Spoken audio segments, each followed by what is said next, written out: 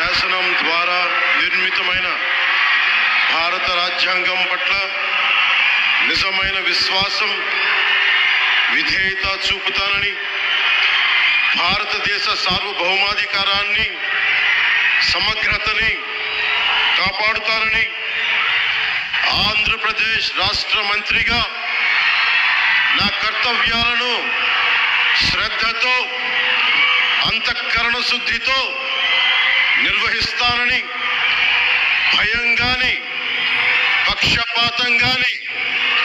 రాగద్వేషాలు గాని లేకుండా రాజ్యాంగాన్ని, శాసనాలని అనుసరించి